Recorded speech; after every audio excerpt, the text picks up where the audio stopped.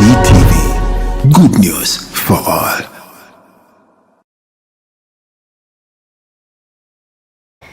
A very good evening, dear viewers of UCTV. Welcome to UCTV once again in our next episode of UNCCLA Listens and Speaks.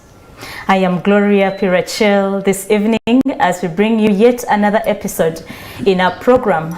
And the theme or the topic of our discussion today is humanity, faith, and technology. In the studios, I'm not alone. I'm joined by engineer Rucukye. I don't know if I've read the name right, but that's perfect. It's called Engineer Rucukye Anthony, the Secretary General of Mbarara Ecclesiastical Province. Let's put it as is the Secretary General of MEPA. Yes, MEPA, and is here today to talk about humanity, faith, and technology in regards as we align with the encyclical of His Holiness Pope Leo XIV. We have introduced him already, and he will be taking us through from there. First of all, let him give us a more understanding of who he is in regards to our topic and discussion of today. Okay, you're most welcome. Thank you, Gloria, and good evening, our viewers and those that may be following on Zoom and YouTube and UCTV Live. Thank you for joining the UNCCLA Listens and Talk Series 114. It has been a long journey, 114 series for in, sure. And we want to thank you for walking this journey with the Uganda National Catholic Council for Lay Apostolate, which UNCCLA stands for. So I'm Anthony Rucukye. So Gloria, the pronunciation is just about right. Sure. I am a Catholic from Gayaza Parish, Our Lady of Good Counsel. And by the grace of God, I serve as the Secretary General of the Mbarara Ecclesiastical Province, Kampala Residents Association. It's a mouthful. But most people would know it as MEPA. It's basically an umbrella association of Catholics who come from the Mbarara Ecclesiastical Province, which is the 5 dioceses, Mbarara, Kabale, Kasese, Fort Portal, and Hoima, who live and work in and around Kampala. Okay. I am married for 14 years now. Wow, congrats. Glory to God. And I'm a father of 5 children. Wow. Yes, and I'm happy to be here this evening to discuss a pertinent issue. Indeed. Relating to humanity, relating to faith, relating to technology, which has been brought to the fore in the last few days by Pope Leo XIV in the encyclical Magnifica Humanitas. Magnifica, I think it's Magnifica, others say Magnifica, others say Magnifica Humanitas.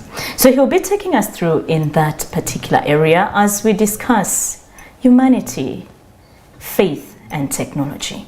As starting on to the program this evening, we want to start off. What is Magnifica Humanitas? Thank you, Gloria. So Magnifica Humanitas, or Magnifica yes. Humanitas, like you said, my Latin is less than basic, so I would not go there. Yeah. Is a title of an encyclical by Pope Leo XIV. It is his first encyclical. Okay. And the English of the Magnifica Humanitas is Magnificent Humanity. Yes. So that is the title that Pope Leo XIV has given his first encyclical in his second year of pontificate. And it calls us to reflect on the magnificence of humanity, of a human being. But most importantly, the focus of this encyclical is safeguarding the dignity of the human person in the face of artificial intelligence. Okay. So the excitement that has been generated all over the world is because the Pope has spoken, and spoken authoritatively, as a shepherd, as a father to the faithful of the world about the effects of artificial intelligence, and offers guidance and advice on how we can wade through the muddled waters of the world, faced with artificial intelligence, to ensure that the dignity of the human person is respected and is not infringed upon as we embrace the technology and specifically artificial intelligence. Indeed, and before we started the program, we started trying to talk about the effect of AI or artificial intelligence in the lives of people. Quite a number of people have been, like when AI came, it came full swing. Yeah. When it came, and if you have a smartphone, you're not, prone. You actually, it's called, you can easily, get what you need through AI. But how are we using AI? That is what His Holiness, His Holy Father is trying to, guide us through.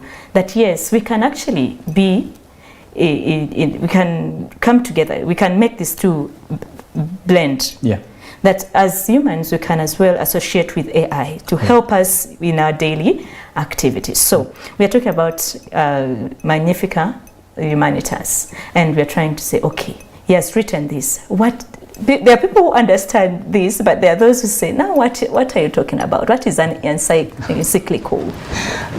Thank you, Gloria, and I think you speak for many of our listeners and viewers. Yeah. The Catholic Church has quite a number of phrases and terms, and sometimes we take it for granted that people understand these things. So an encyclical is a Pope teaching. So the popes over time, from their authority as teachers, as shepherds, guide the faithful by issuance of documents or teachings that are categorized in several classes. The highest is called an apostolic constitution. Okay. And these would be used, for example, to define dogmas like the Assumption, the Immaculate Conception, perpetual virginity, Mary as Mother of God, and those tenets of the faith that a Catholic must believe as true. If you don't believe a dogma as true, you're not Catholic. You're not Catholic. You have excommunicated yourself. And then you have the encyclicals, which rank second. So when I say an encyclical, in terms of papal teachings or papal documents, you're second highest.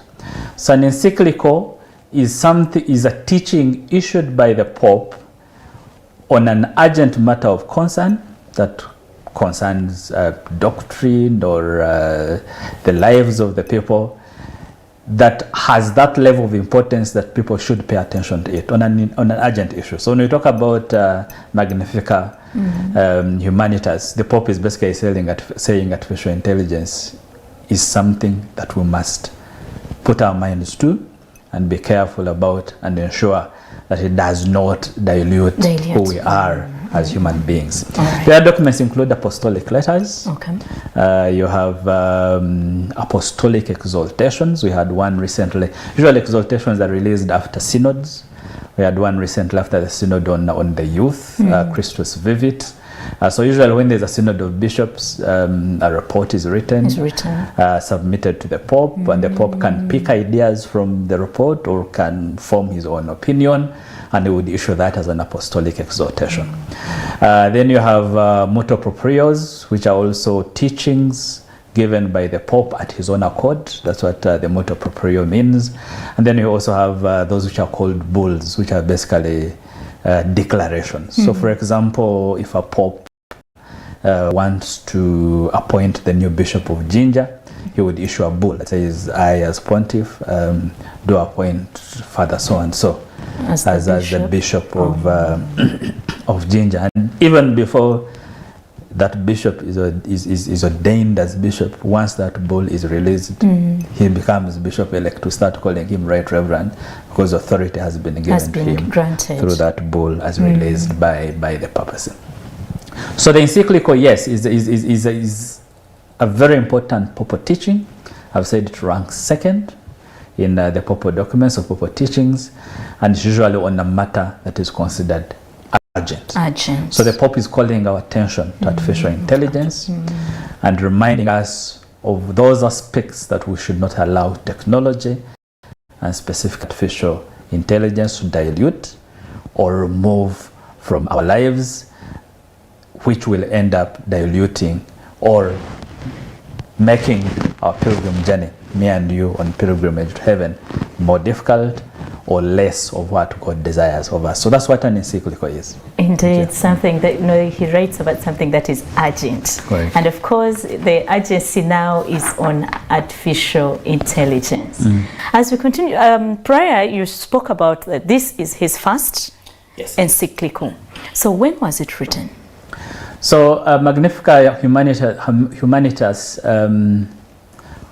was signed on 15th of May 2026. Signed into the Pope usually, when he writes a document, he will say this has been written on this day. Oh, okay. So when you read the last page of before you go to the bibliography, it's actually written there that this has been written and signed on 15th of May 2026 in my second year of pontificate. And that 15th of March, our viewers and listeners, is not a coincidence. No. There are a few coincidences in the Catholic Church. For example, that while people say miracles are unexpected events, so to an atheist, he could easily look at miracles as pure coincidences. Yeah, sure. But a miracle, however little for a Catholic, can never be a coincidence. Can never. It's actually a manifestation of the grace of God. So the 15th of May is not a coincidence. You will know that when Pope Leo XIV was elected Pope, which transforms him from Robert Cardinal Prevost, as we used to know him, Pope Leo XIV, he was clear that he chose the name Leo, following on from his predecessor of happy memory, Leo XIII, who is known to have issued the first encyclical on social teaching of the Church. And that was about 135 years ago in 1891. So that encyclical, it was entitled Rerum Novarum. It's Latin for new things, if my little Latin suffices. So that was the first encyclical written by a pontiff on social teaching, on aspects to do with how the Industrial Revolution then was affecting work, was affecting people, was affecting the dignity of people, was affecting employment, rights, as well as rights of people to associate in that time. So it was clear that his pontificate as Leo XIV, he wanted to address or draw attention to the fourth industrial revolution, to the fact that the industrial revolution then, which was a huge challenge in terms of the social teaching of the church, right now our fourth industrial revolution, our challenge is artificial intelligence. So by choosing that name, he was intentional, and he told us as much. Many of us viewers and listeners, I think none of us was alive in 1891. None. So hardly any of us knew anything about Pope Leo. That's true. The Ugandan matters where. Yeah, a few of us even knew much about Pope Leo XIII. That's true. So Leo XIV brings him back and brings this connection. Now the interesting thing is that 15th of May 1891, 135 years ago, exactly 135 years ago, that's when he signs Rerum Novarum, which was the first teaching and has been the foundation of Catholic social teaching over the years.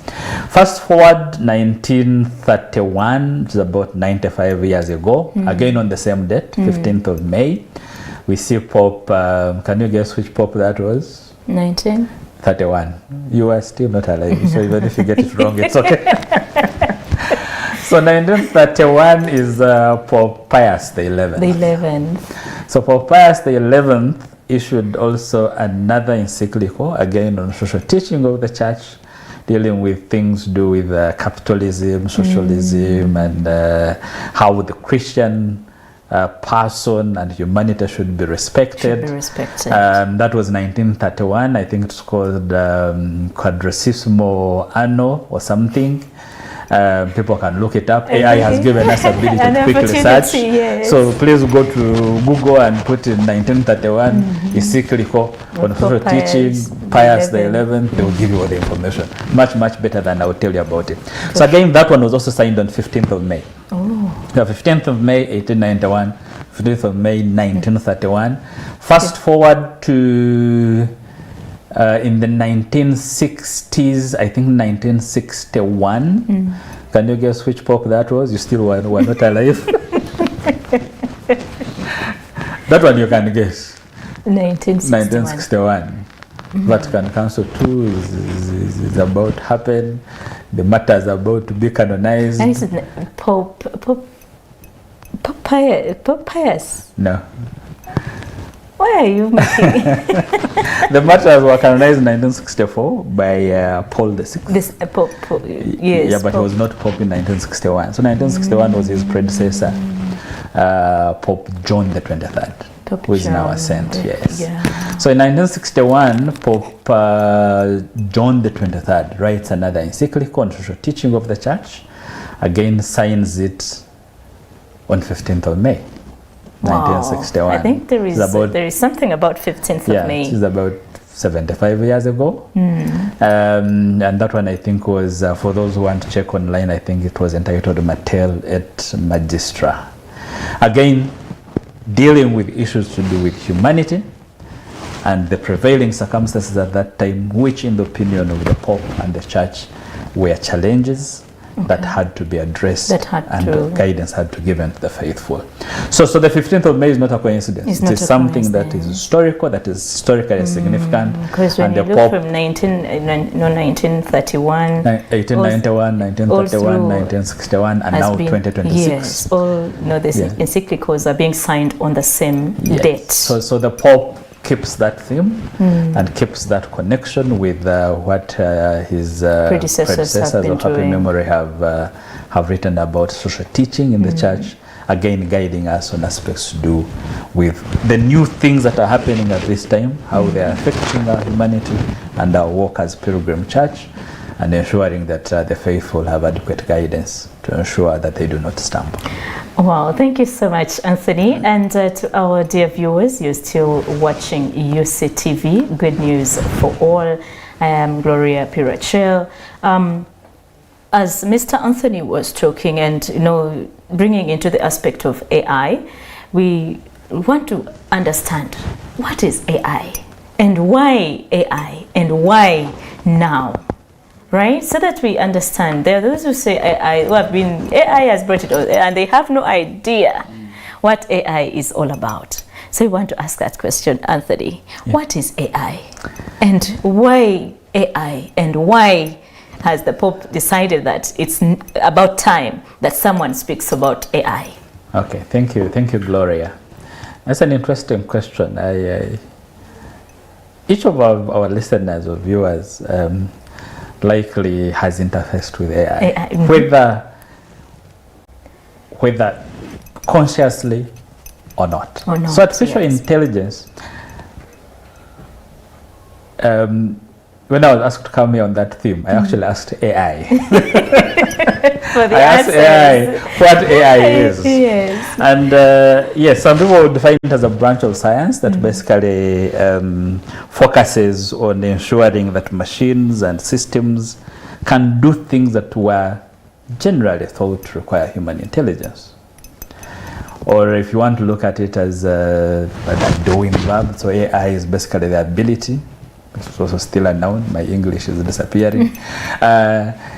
The ability of systems and computers and other machines to basically do things that would have needed human intelligence. And like I said, each of our viewers and listeners today has likely interfaced with AI. I told you that when I was looking for the definition of AI, I asked AI.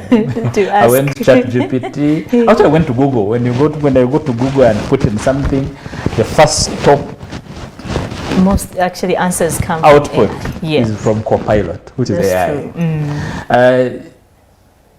If all of us logged into google.co.ug, 3, 4, 5 of us in the room, you would likely have different news feeds. Yes.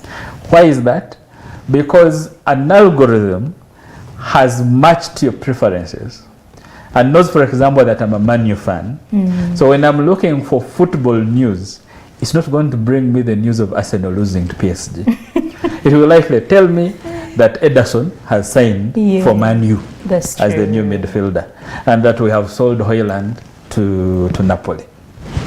Now, the technology now is able to track you and know your preferences, so that it knows that when you are on the web, your interests are ABC. Now, that is AI. Lecturers and students now are having challenges of different measure. The lecturers are not sure whether the courseworks they are receiving are done by the students themselves, or they've gone to AI and they are marking a computer generated information, or the students actually very bright, and that it's not something they will wish away. These days, some customer care services have been automated. That's true. I was in a project management class a few months ago for PMP, and I had issues with my logins and etc. So there was a chat box. It said, "Can I help you?" And I actually said, "I have registered, but I have put a title that I no longer want to appear on my certificate, but the edit function is not allowing me to." And the chat box actually replied and said, "No worries. 24 hours from now, we'll have rectified it." And true to it, 24 hours later, it had been rectified. There was no person behind that. It was purely a computer, a system. That is AI. These days, it's possible that you're going to apply for a loan, and the first rejection will be done by someone who is not, by a system, which has traced your credit history, or maybe has looked out at your earnings and your cash flows from wherever it has gotten that information from, and flags you as not eligible for a loan. So your question of why now is because our lives are so intertwined with AI. AI is so embedded in our lives that we cannot wish it away. So you have talk now of maybe we don't need 20 staff members. Maybe we can have robots to do that, and have 2 people instead of 20. That causes unemployment. It causes redundancies. It causes mental issues. And we'll probably discuss that later, because the Pope talks about it. That's a concern. It is. So and something that concerns me and you is a concern for the Pope, and it's a concern for the church. So why now? Because AI is here, and so actually we're going to get more and more entrenched in our lives. So the Pope has picked a right time to guide us as a father, as a shepherd, as our leader, to ensure that we can navigate a world that has been dominated and going to be dominated by AI in as humanely a way as possible. Thank you so much, Anthony. And we are going to put a pause on that. When we come back, we shall still look at the aspect of the influence of AI, but more so we are going to look at to whom is this information passed to. So we shall be going in for a short break, and when we come back, please keep with us. Thank you.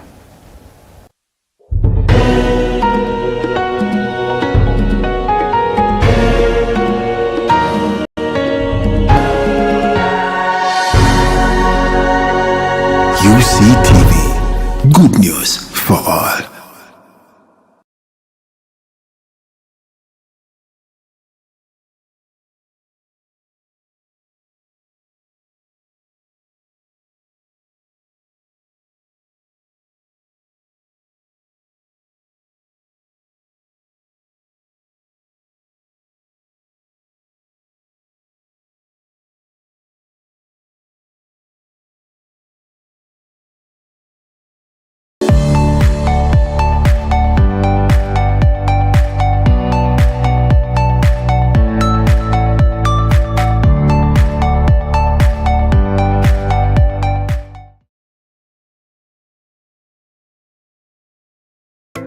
Support the Uganda Catholic Television with MTN Momo.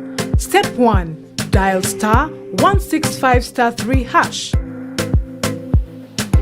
Step 2. Enter merchant code 180572. Step 3. Enter any amount from 500 Uganda shillings. Step 4. Pay using MTN mobile money. Step 5. Enter PIN code and send. Step 6. You will receive a confirmation text for supporting the Uganda Catholic Television.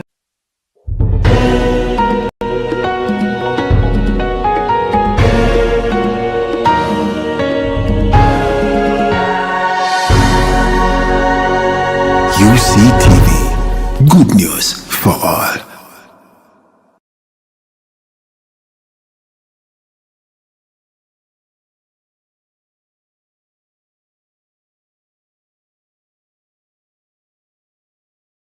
Okay, you're ready. Thank you so much and welcome back. Welcome back from that very short break. We are still on a topic that is humanity, faith, and technology. We did an information that is gotten from the encyclical of the Holy Father, bringing us into awareness of the impact and, of course, the use of AI in our lives and in everyday activities that we carry. Gloria Pirachelli is my name, and we are still with Mr. Engineer Anthony Rucukye, who is still continuing to deliberate, and give us more information in regards to what the Holy Father has to say in his encyclical. When we went for our break, we were talking about AI, what AI is, and why AI, and why now in this era of technology. But before we can proceed, we continue to welcome all those who went who celebrated Uganda Matters. You know, we didn't move to Namgongo, but we were in our different parishes and dioceses and able to celebrate the Uganda Matters. You did well for those who celebrated in the different dioceses, those who celebrated in your different parishes. That is what we had to do at this moment as we strive to contain the Ebola virus that is in our communities. And we continue to say, please make sure that you take care of yourselves, be conscious and avoid overcrowded places. And if you're in crowded places, please give distance. Even in churches, that is what has been done on several occasions, and in many other occasions where people have been told, don't sit so close to your neighbor, no hugging and not shaking of hands, because it's through those different activities that we do, the hugging, the shaking of hands, the being close to someone who is, you can't know who is, who has the virus, you can't know, but still, correct. Caution has to be put into consideration. Let us not take our lives for granted. Let us not take things that are given to us for granted. Let us be responsible citizens as we continue to strive, and more so be very, very cautious. Other than that, we want to welcome you yet again into our program. You're watching UCTV, and for all those joining us on Zoom, we want to continue to welcome you as well and say thank you so much for joining us in our topic of discussion today, the 4th of June. By the way, we are in the middle of the year, the 4th of June 2026, and in the studio is still Engineer Anthony Rucukye as he continues to take us through the program. But of course, the question posed was, to whom is the encyclical written to? Yeah. Okay. Thank you very much, Gloria, and thank you, our viewers and listeners, for staying with us. Just a few seconds before we go to the audience, intended audience for the encyclical. The question we ended with was, why now? And then maybe one or two people out there is saying, we have enough sinners in the church. Why doesn't the church concentrate on sacraments and offering mass and leave issues of AI? And then Pope Leo, and before that his predecessor Francis, have tackled this aspect. Yes. And the idea is that the person is not compartmentalized. It's not that there is Anthony that I have the spiritual Anthony, then I have the physical Anthony who must avoid Ebola, and then I have the cognitive Anthony that must be worried about artificial intelligence and the like. The church has always taught, Jesus actually has taught, that he came that we have life and not only have life, but have it to the full. To the fullest. So we must look at the person holistically. A hungry person is not going to pray well in mass or in meditation or adoration. Whatever prayer that they find A person themselves. that is worried about whether they are dying tonight or not is not going to have a proper personal prayer with Personal God. prayer. So we cannot ignore a person who is unemployed, a person that is poor, a person that is infringed or downtrodden upon is likely going to have issues going to heaven just because of the complaints and their feeling that they have been abandoned. So the church as a mother cannot sit by and see developments that are going to affect ultimately this spiritual well-being of a person and keep quiet about it. So the church has been clear that they cannot avoid the common lives of the people, and that's why they give this guidance that is generally called social teaching of the church. So back to our question, Gloria. Yes. Who is this encyclical written to? So all papal documents would have addresses. If they are meant for only the bishops, the clergy, the Pope will say this is written to the clergy, and priests and bishops.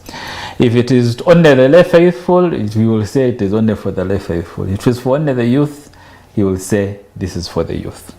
So this encyclical is written to everyone. And just allow me to read it verbatim from the encyclical itself, so that you don't say Anthony has used AI to tell us the audience of that is intended by Pope Leo.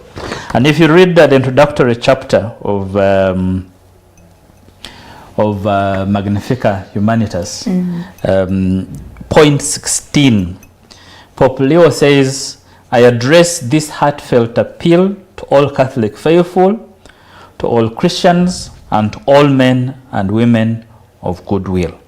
So all Catholics, all Christians, that includes all the people that profess to be Christians, that may not be Catholics, and to all men and women of goodwill. So he's addressing this to the entire world, basically. And the beauty of this is that when the Pope teaches, and he teaches truth in his office, truth is not relative. Truth is not truth because it is a Catholic hearing it.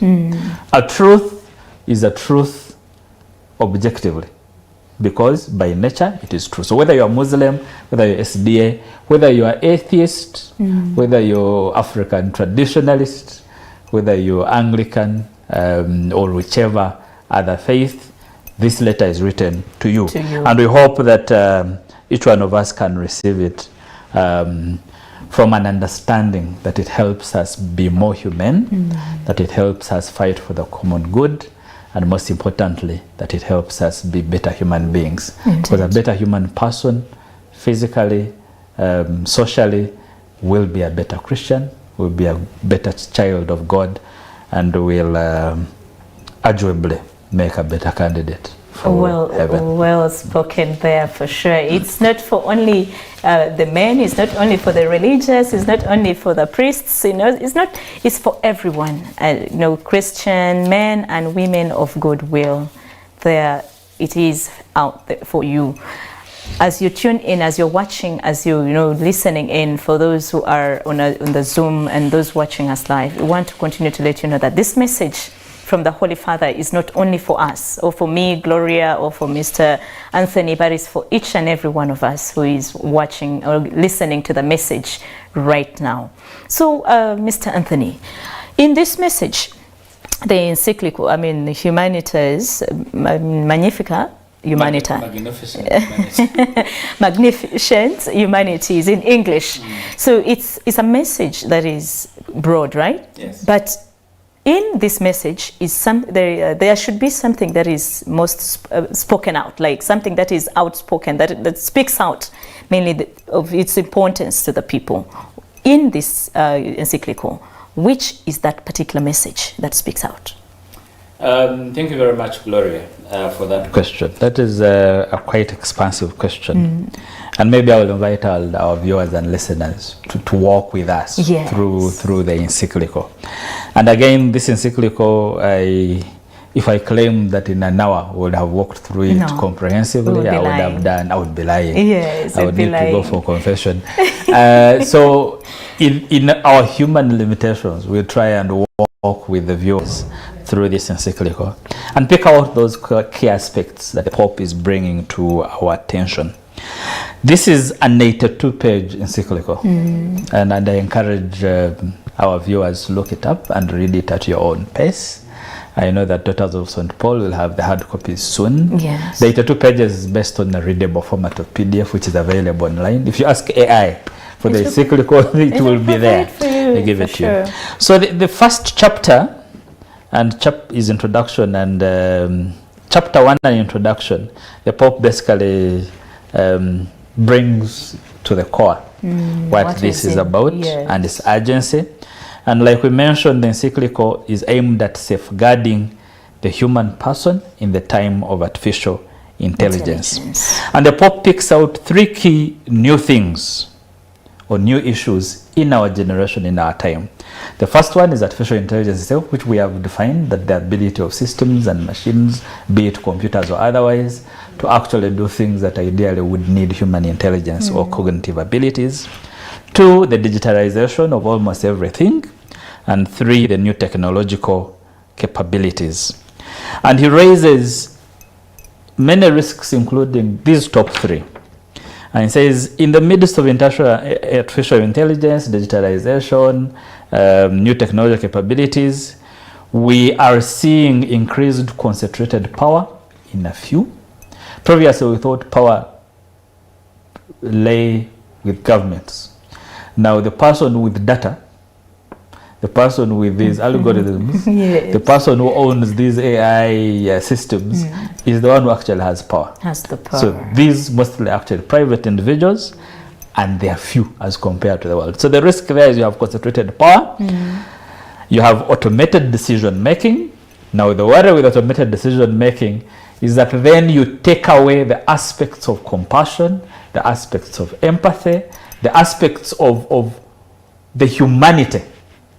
If a computer is deciding whether I am eligible for a loan or not, it's looking at my credit history, it's looking at my monthly earnings, it's looking at maybe references 1 or 2, it's looking at whether I've appeared in some newspapers, but it's forgetting that the reason I may want a loan is simply because I am poor. A rich man ideally would not need a loan. But the machine will not rationalize through that, because you take away the human person and let a machine simply make that decision. Yes. And the third risk he identifies is the loss of human control. You've had cases where we have wars ongoing in Ukraine and Russia, and Iran and Israel and Lebanon, and they tell you that a drone has struck a school and school children have been killed. And then the explanation is that it was an accident, that the drone probably hit the wrong target. Just like that. So it's the drone. The issue is not the person who sent the drone, it's the drone. So we are no longer in control. So those are the issues. So he asks us a question in paragraph 4 of Magnifica Humanitas, that what direction should we choose as a people and as a human community? Do we want to continue in this direction or not? And he proposes 2 contrasts. One, the Tower of Babel. Gloria, what do you remember about the Tower of Babel?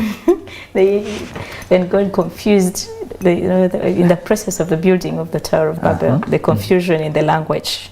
Okay. That is what I understand, that it's more of the building of the tower. Of the tower. Why was the building being put up? Because they wanted to bridge the gap. Good. So Genesis chapter 11, for our viewers, Genesis chapter 11, you have these people right after Noah. So we see people who are settled in a certain area, and they said, they were speaking one language.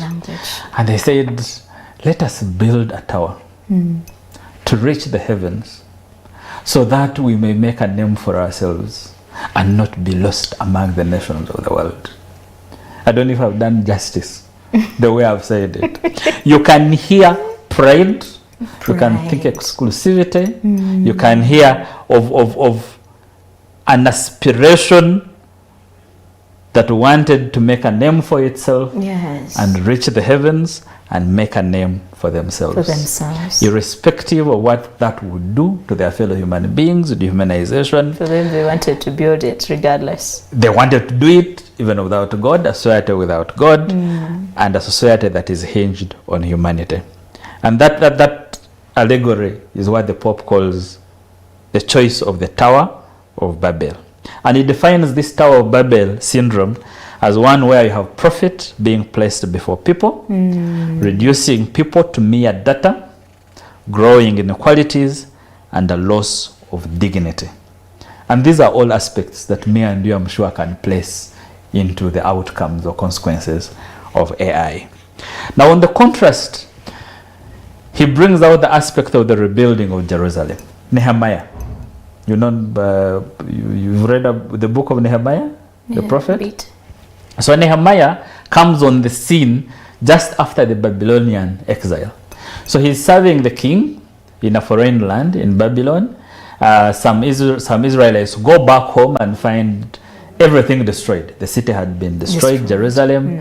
They were trying to put it up, but the walls were still down. And Nehemiah is concerned. So he prays, he fasts. After praying and fasting, he goes to the king and says, I need to go back home and actually rebuild the walls of the great city of Jerusalem. The Pope allows him to go. So Nehemiah goes. As usual, when you start a project, you get some oppositions here and there. When people oppose, he sits down with them. He assigns families and groups of people what to do.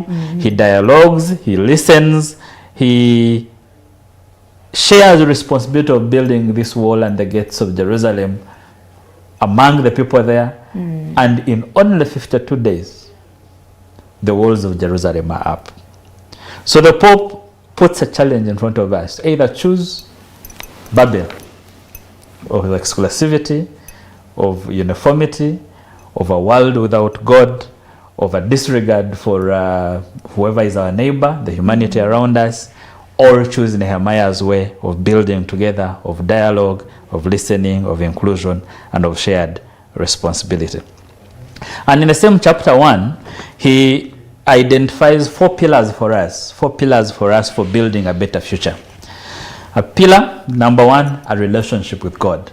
St. Augustine of Hippo is the one that is famously known to have told God, and now he has left it for us, that our hearts are restless until they rest in you. A man, a woman, a child, a creature with no connection to his creator is a lost person. That's true. So pillar number 1 of building a better future is relationship with God. So the question I would ask you is AI helping you build your relationship with God or not? If the answer is no, then we need to pause and think about our relationship or interaction with AI. 2, the second pillar is accepting human limitations. And we'll meet that later, time allowing. When you read the encyclical, there are 2 terms that I learned for the first time when I read the encyclical. Posthumanism, and posthumanism is an aspect where I say, okay, there will be a time when you'll have a state of beyond human. Machines maybe will be doing everything that humans do.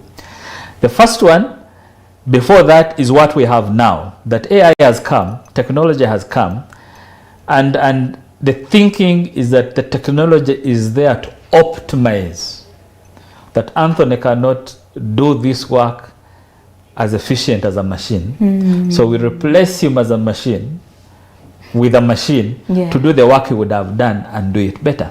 Or supplement his work. Faster. Now that is okay, because in as far as increasing productivity and efficiency. But what that is telling us is that if I am limited, either because of age, or because I'm not as able as the other person, or I'm not as gifted as Gloria, then I can be discarded. Now that is something that the church cannot allow, because the dignity of the human person is given at creation. My dignity does not derive from the fact that I'm in UCTV wearing a suit. No.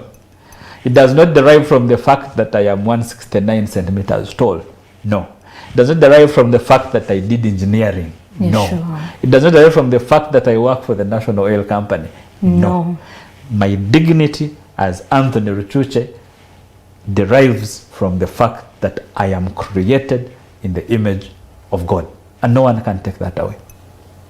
And through these limitations, the Pope argues in the encyclical that people actually grow through these limitations. It is Gloria, we take a lot of things for granted. We do take a lot. Recently, someone was saying, he was talking to us and said, we are all little miracles and we don't realize it. And he was right. Yes. Because imagine that of all possible configurations of the relations between your father and mother, yes, it is you that came out. That came out. A few weeks ago, unfortunately, I was attending a funeral of a lady who died because of an ectopic pregnancy. Oh, dear. You could have been an ectopic pregnancy. You could have been aborted.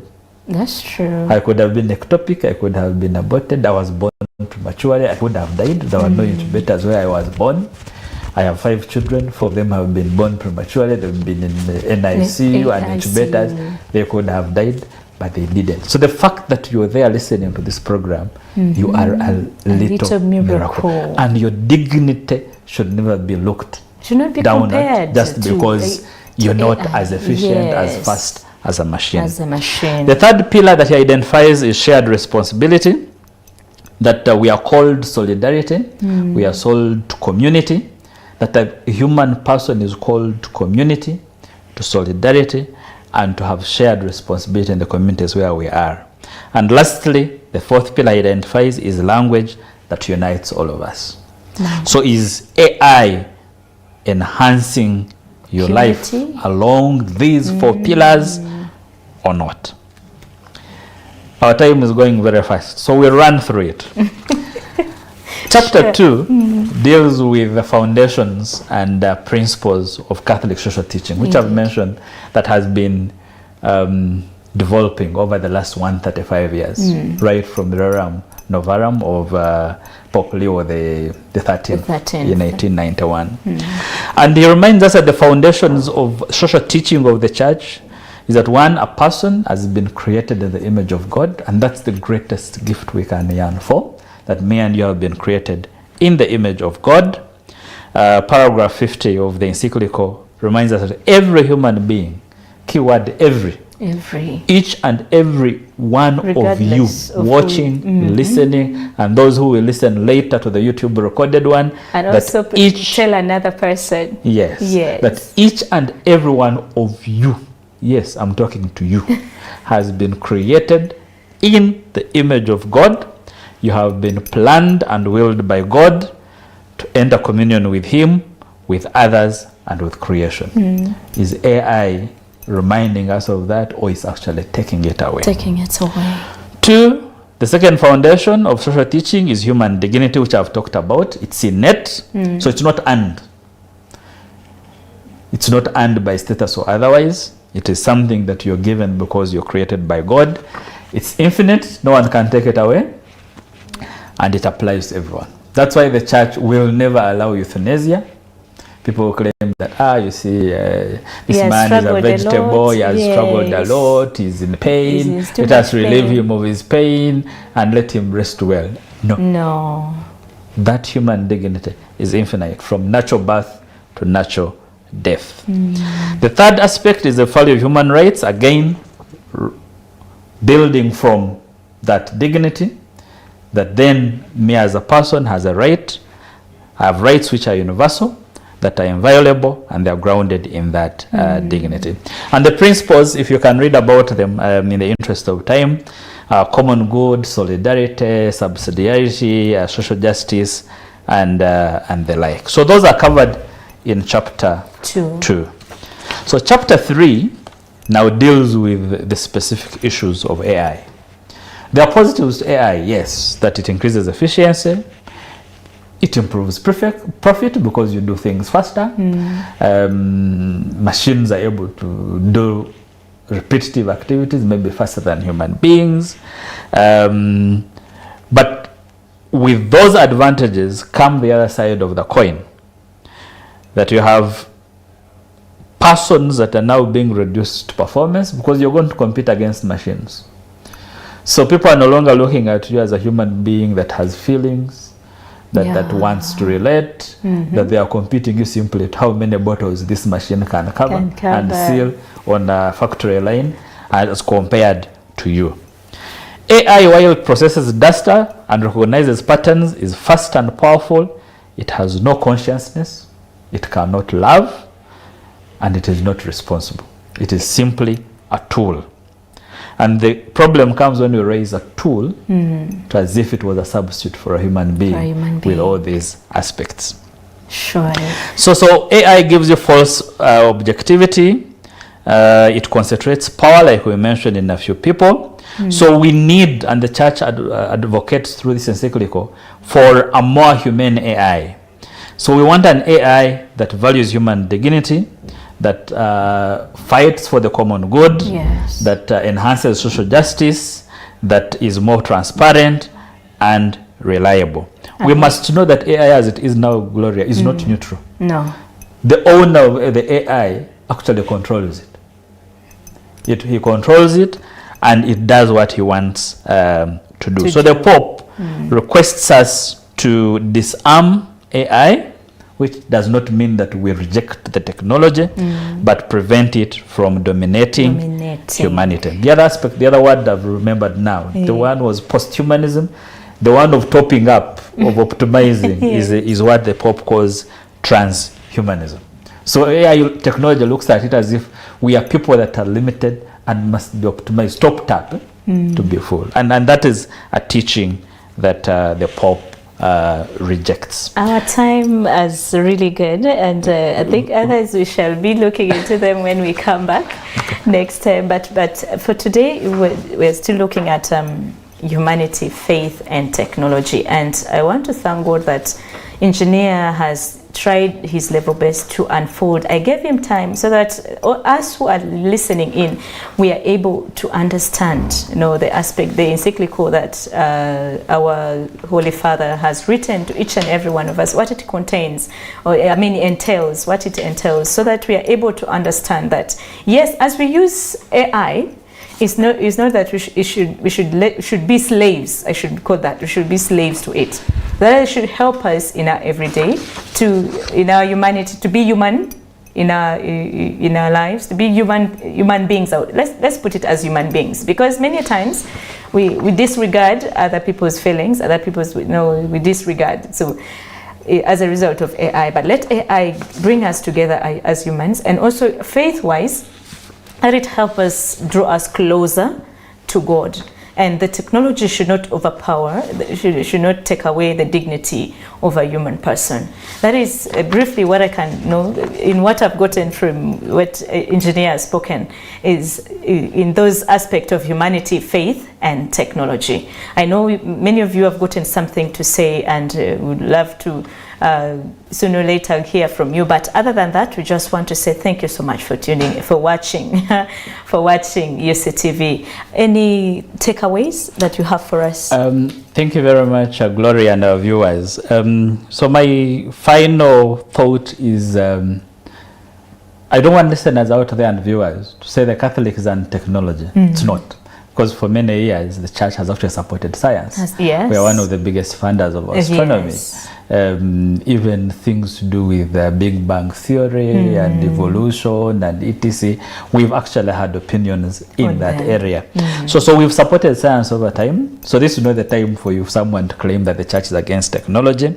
The church supports scientific advancement and innovation, but the church will oppose any day and any time any system that treats human beings as disposable, that reduces people to utility, and ignores moral responsibility.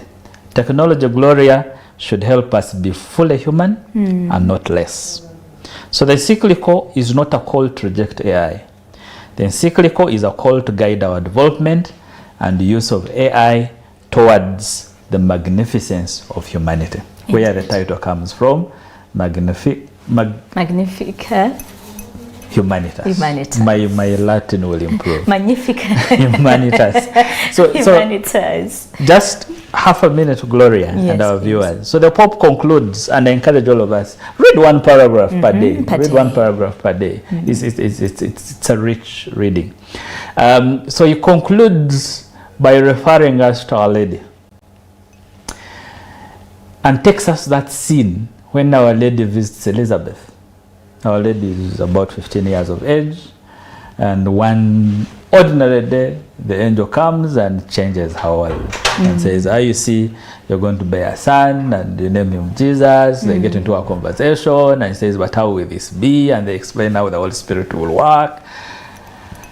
And then I think the angel decides to leak some information and says, by the way, your cousin Elizabeth, who was thought to be barren, is 6 months pregnant. 6 months pregnant. In that excitement, Mary raises in haste to go and across the hill country to go and see her cousin, who people had given up on in terms of giving birth.